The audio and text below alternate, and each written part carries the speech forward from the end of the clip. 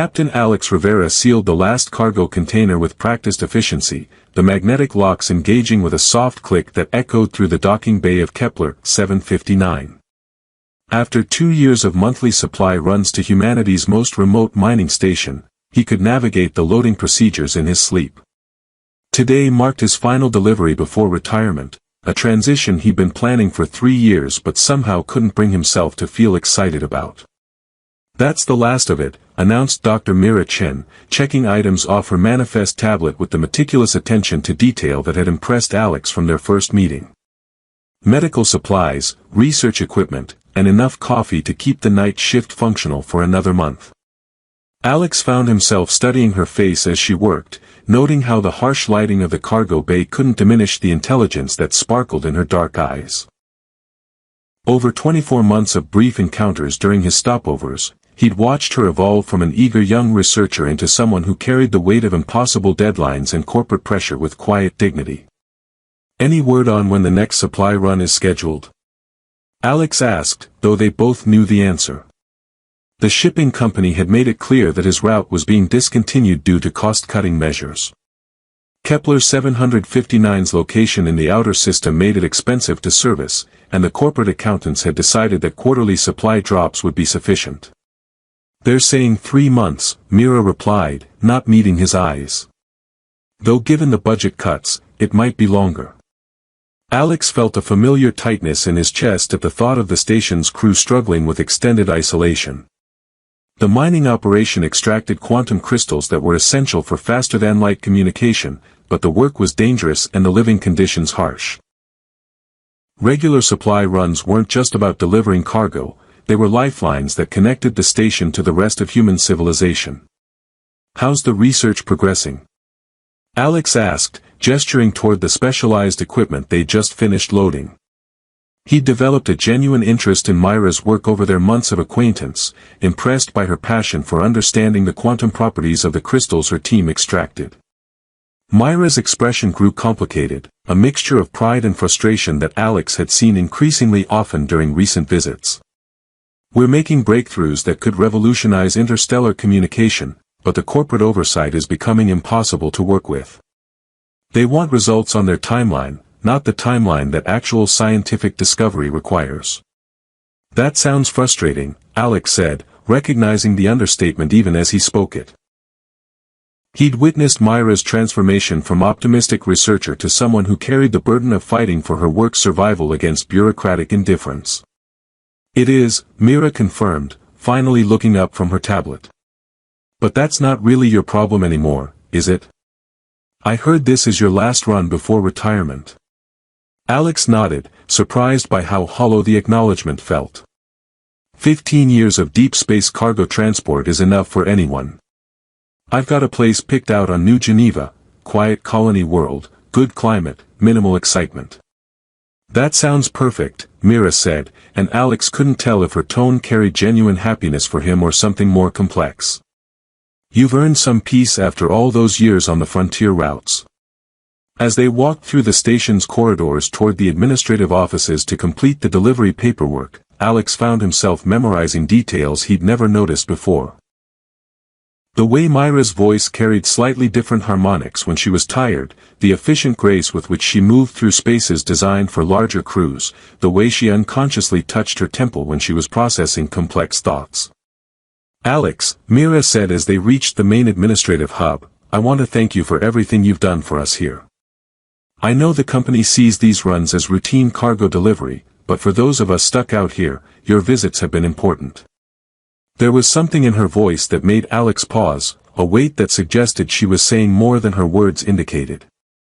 Over their 2 years of professional interaction, he'd learned to recognize when Mira was struggling with thoughts she couldn't quite express. "It's been my pleasure," Alex replied honestly. "Working with your team has been the best part of this route. You've all been doing incredible work under impossible conditions." Mira smiled at that, but Alex noticed it didn't reach her eyes. Something was troubling her beyond the usual stress of station life, and he found himself wanting to ask what was wrong despite knowing he had no right to intrude on her personal struggles. As Alex completed the final paperwork and prepared to return to his ship, he couldn't shake the feeling that he was walking away from something important. Retirement had seemed like a logical goal when he'd first started planning it, but now the prospect of quiet colony life felt less like a reward and more like an escape from connections he'd grown to value more than he'd realized. Standing in the docking bay beside his ship Wanderer's Rest, Alex found himself reluctant to begin the departure sequence that would take him away from Kepler 759 forever. He told himself it was just nostalgia for the end of a familiar routine, but deep down he knew the truth was more complicated than that. The Wanderer's Rest hummed with the familiar vibrations of a ship preparing for departure, but Alex found himself moving through the pre-flight checklist with unusual deliberation. Every system diagnostic, every sensor calibration, every routine procedure became an excuse to delay undocking from Kepler 759 for just a few more minutes. Through the viewport of his cargo bay, Alex could see the mining station's main complex, its lights creating geometric patterns against the star field. He'd memorized this view over 2 years of departures, but tonight it felt different, final in a way that made his chest tight with emotions he couldn't quite name. Wanderer's Rest *, this is station control, came the voice of Tommy Nguyen, the station's communications officer. All systems show green for departure when you're ready, Captain Rivera. Copy that, station control, Alex replied, though he made no move toward the pilot's seat. Just completing final equipment checks. It was a lie, and probably a transparent one. Alex's equipment was maintained to military standards, and his pre-flight procedures were so routine he could perform them in his sleep. What he was really doing was avoiding the moment when he would have to engage the engines and leave this place, and the people who had become important to him, forever. The cargo manifest lay open on his workstation, showing the successful completion of his final delivery. Medical supplies, research equipment, and personal items for the station crew. But the list couldn't capture what Alex had really been delivering during his 24 visits, connection to the wider galaxy for people who spent months at a time isolated in the outer system. Alex thought about the conversations he'd shared with Mira during their brief encounters, discussions that had started as professional courtesy but had evolved into something deeper. She'd told him about her research, her frustrations with corporate oversight, her dreams of discoveries that could change how humanity communicated across interstellar distances. In return, he'd shared stories of his travels, the strange worlds he'd visited, the sense of freedom that came from life among the stars. But tonight, Mira had been different. Distant in a way that went beyond her usual professional composure. She'd handled the cargo transfer with efficient precision, but without the easy conversation that had become their tradition. Alex had tried to engage her in their usual banter about station life and research challenges, but her responses had been polite, brief, and carefully neutral. The change in her demeanor bothered him more than it should have. Over the months, he'd grown accustomed to seeing Myra's face light up when she explained her latest experiments, to hearing her laugh at his stories of bureaucratic tangles at other ports, to the comfortable silence that sometimes fell between them as they worked through cargo manifests together. Alex? The voice belonged to Dr. Sarah Park, the station's chief medical officer, who appeared at the cargo bay entrance with an expression of professional concern. I wondered if I could have a word before you leave. Of course, Alex said, grateful for the interruption to his brooding. What's on your mind, Doc? Sarah glanced around the cargo bay as if checking for eavesdroppers, then moved closer with the purposeful stride of someone who had decided to breach a difficult topic. It's about Mira. I'm worried about her. Alex felt his attention sharpen. Worried how? She's been withdrawing over the past few weeks, Sarah explained, her voice carrying the careful tone of someone discussing a colleague's personal struggles. Not just from social interaction, that's normal enough out here, but from her work. Yesterday she asked me about stress management techniques for major life transitions. The phrase hit Alex like a physical blow. Life transitions? She wouldn't elaborate, but given that your supply runs are being discontinued and the station's facing budget cuts. Sarah let the implication hang in the air between them. Alex stared out at the station's lights, processing what Sarah was telling him. He'd assumed that Myra's distance tonight was simply her way of handling the awkwardness of his departure. But if she was struggling with broader changes to her life and work, his leaving might be just one more loss in a series of setbacks. Has she mentioned any specific plans? Alex asked, though he wasn't sure he wanted to hear the answer. Transfer requests, Sarah said quietly. She's been researching opportunities at other facilities, other projects. I think she's preparing to leave Kepler, 759. The news shouldn't have affected Alex as strongly as it did. Myra's career decisions were her own business, and it made sense that a talented researcher would seek opportunities that offered better resources and support. But the thought of her leaving the station, of their connection being severed not just by his retirement but by her departure from the only place where their paths intersected, created a sense of loss that surprised him with its intensity. Sarah, Alex said carefully, I need to ask you something, and I need you to be honest. Over the past 2 years, have you noticed? I mean, do you think Mira and I have developed any kind of understanding beyond professional courtesy? Sarah studied his face with the penetrating gaze of someone trained to read people's physical and emotional states. Alex, are you asking whether I think Mira has feelings for you? The directness of the question made Alex realize how much he'd been avoiding thinking about their relationship in such clear terms. I suppose I am. Then yes, Sarah replied without hesitation. I think she does. And I think you have feelings for her too, which is why you're still sitting in this cargo bay 20 minutes after you should have departed. Alex felt the truth of Sarah's observation settle over him like a weight he'd been carrying without acknowledging. His reluctance to leave wasn't just about ending a familiar routine or saying goodbye to colleagues. It was about walking away from someone who had become important to him in ways he'd been afraid to examine. The thing is, Sarah continued, Myra's not just dealing with your departure. The whole situation here is falling apart, and she's trying to figure out how to rebuild her career from scratch. Your leaving is probably just the final straw that's forcing her to confront how isolated and vulnerable her position has become. Alex looked out at the station again, seeing it now not just as his final destination but as a place where someone he cared about was struggling with impossible choices. The retirement that had seemed like a well-deserved reward now felt like an abandonment of someone who might need his support.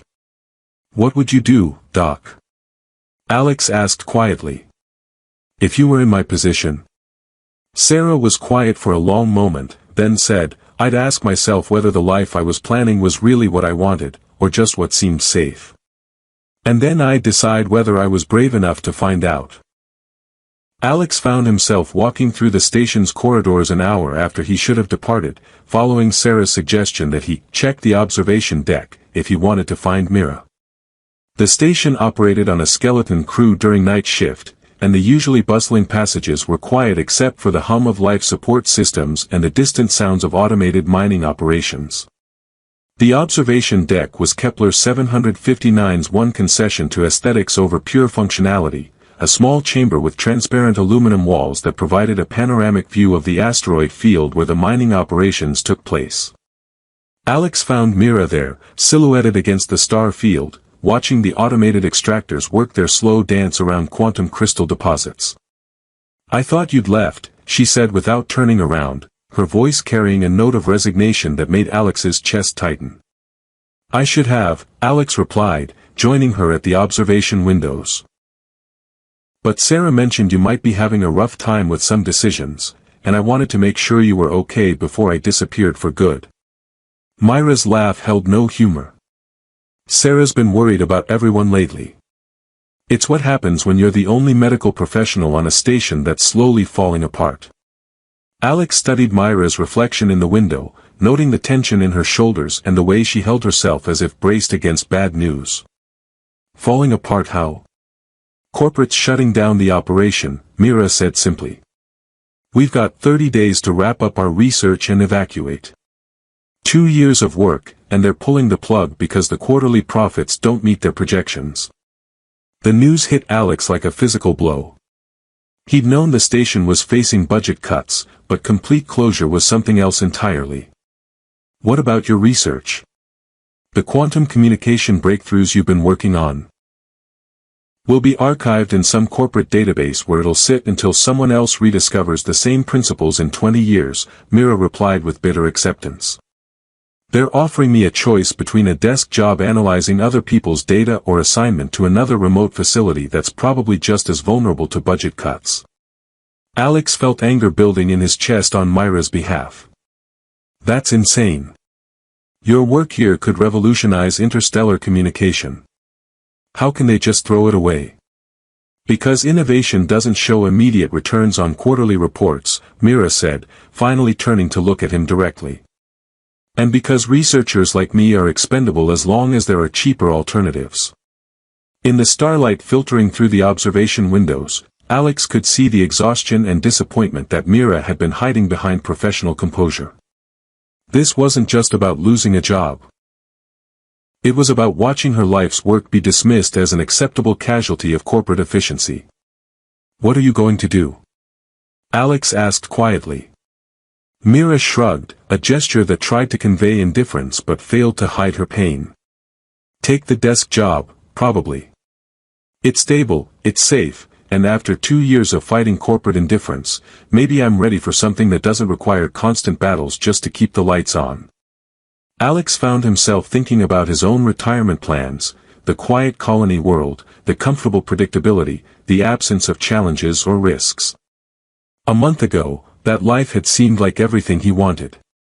But listening to Mira talk about settling for safety over passion, he began to question whether his own plans represented fulfillment or just another form of giving up. Mira, Alex said carefully, what if there were alternatives? Options that aren't on the corporate menu? She looked at him with curiosity mixed with wariness. What kind of alternatives? Alex took a breath, knowing that what he was about to suggest would change everything between them and potentially derail the retirement he'd been planning for years. Independent research. There are mining consortiums that would pay well for someone with your expertise, and the regulatory environment for private research is a lot more flexible than corporate structures.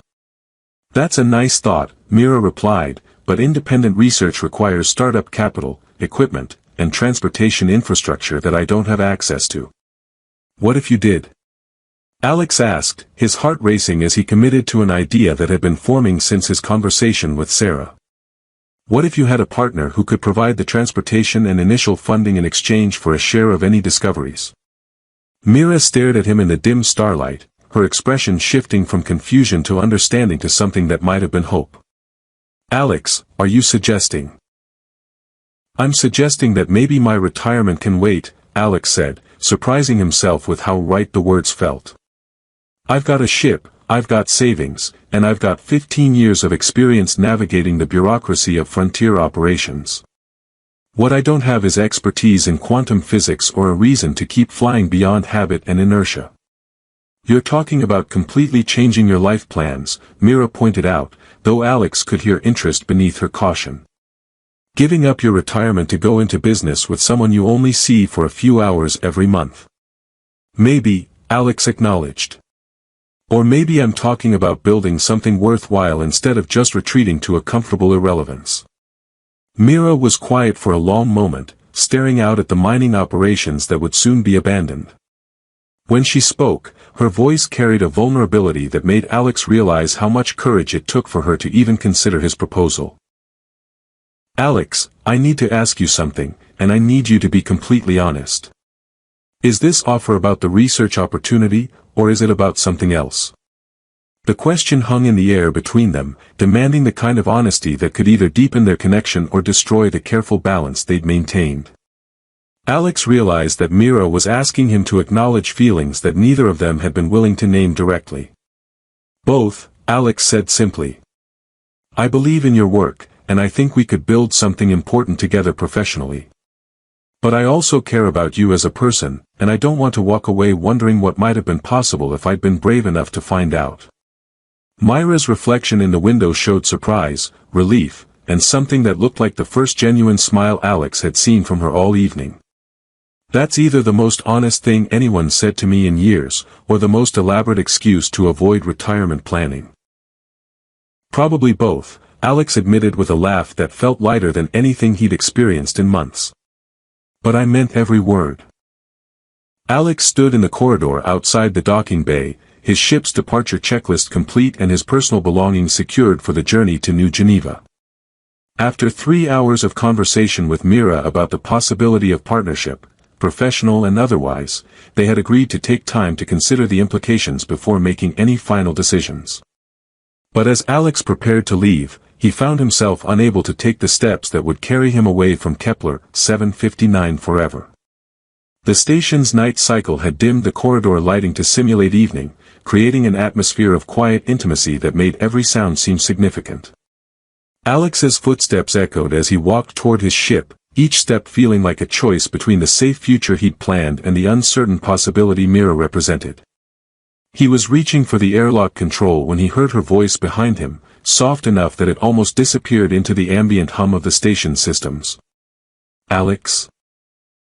May I ask you something before you go?" He turned to find Mira standing in the corridor, her silhouette framed by the soft glow from the station's main thoroughfare. Something in her posture, the way she held herself as if braced for rejection, the careful distance she maintained, made his heart freeze with anticipation and fear. "Of course," he said, his voice carrying more steadiness than he felt. Mira moved closer, but stopped just beyond arm's reach, as if the physical distance could protect them both from the weight of whatever she was about to say. In the dim lighting, Alex could see the conflict playing across her features, hope warring with fear, courage battling with caution. "Do you believe," she began, then stopped, gathering herself before continuing. "Do you believe that some connections between people are worth the risk of completely changing your life's direction?" The question hit Alex like a physical blow, not because it was unexpected, but because it crystallized everything he'd been feeling without being able to articulate. This wasn't just about business partnerships or research opportunities. This was about whether the connection they'd developed over 2 years of brief encounters was strong enough to justify abandoning carefully laid plans in favor of an uncertain future together. "I think," Alex said slowly, choosing his words with the care of someone navigating treacherous emotional territory, "that the connections worth having are usually the ones that scare us the most." Myra's smile was visible even in the dim corridor lighting. "That's either very wise or very foolish." "Probably both," Alex replied, taking a step closer. "Why do you ask?" "Because I've been thinking about what you said earlier, about building something worthwhile instead of retreating to comfortable irrelevance," Mira said, her voice gaining strength as she spoke. "And I realized that I've been so focused on trying to save my research that I've been ignoring the possibility of saving something else entirely." "Something else?" Mira took a breath that seemed to carry the weight of months of unspoken feelings. "Us. Whatever this is between us that we've been dancing around for 2 years without ever acknowledging directly." Alex felt his world shift as Mira gave voice to the truth they'd both been avoiding. Their connection went beyond professional courtesy or friendly acquaintance. It was deeper, more complex, and infinitely more fragile than either had been willing to admit. "Mira," Alex said softly, "what are you asking me?" "I'm asking if you're willing to take a risk on something that might not work," she replied, moving closer until they were standing in the kind of proximity that made conversation feel intimate. "A partnership that's about more than just research and transportation, more than just combining our professional skills." Alex studied her face in the corridor's dim lighting, seeing vulnerability that she rarely allowed herself to show. This was Mira without her professional armor, asking him to consider possibilities that neither of them had been brave enough to explore. "I'm asking," she continued, "if you're willing to find out what we might become together if we stopped being afraid of disrupting our carefully planned lives." The corridor around them seemed to fade away as Alex processed the full implications of what Mira was proposing. This wasn't just about postponing his retirement or helping her continue her research. This was about choosing each other, about building a life together that neither could create alone. "Are you sure?" Alex asked, his voice barely above a whisper. "Because if we do this, if we take this step, there's no going back to the safe distance we've been maintaining." "I'm terrified," Mira admitted with a laugh that held equal parts fear and excitement. "But I'm more terrified of spending the rest of my life wondering what might have happened if I'd been brave enough to ask." Alex reached out to take her hand, feeling the warmth of her skin and the slight tremor that revealed how much courage this conversation was requiring. Then yes. Yes to the research partnership, yes to postponing my retirement, and yes to finding out what we might become together. The relief that flooded Myra's features was visible even in the dim lighting. Even though it means giving up your comfortable colony world retirement. Especially because it means giving up my comfortable colony world retirement, Alex replied with conviction that surprised him. I've been so focused on reaching a destination that I forgot the journey was supposed to matter too. As they stood together in the quiet corridor, Alex realized that Myra's question had done more than change his travel plans, it had revealed possibilities he hadn't known he was looking for. The retirement he'd been planning would have been safe, comfortable, and ultimately empty. The future they were considering was uncertain, challenging, and full of potential for discoveries that went far beyond quantum physics. So what happens now? Mira asked, her hand still in his. Now we figure out how to convert a cargo hauler into a mobile research platform, Alex said with a grin. And we discover whether two people who've been afraid to admit they care about each other can build something worth both their careers. 6 months later, the Wanderer's Rest had been transformed into the galaxy's first independent mobile quantum research station.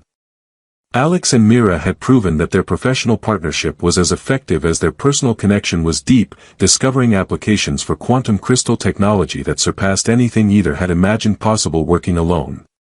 But more than that, they had discovered that the best adventures weren't found in comfortable destinations but in the courage to change direction when someone worth the risk asked the right question at exactly the right moment. Standing together on the bridge of their converted ship, watching new star systems will pass as they traveled between research sites, Alex often thought about that night in the corridor when Mira had asked him to choose uncertainty over safety. It remained the best decision he'd ever made, and the question that had frozen his heart had ultimately set it free.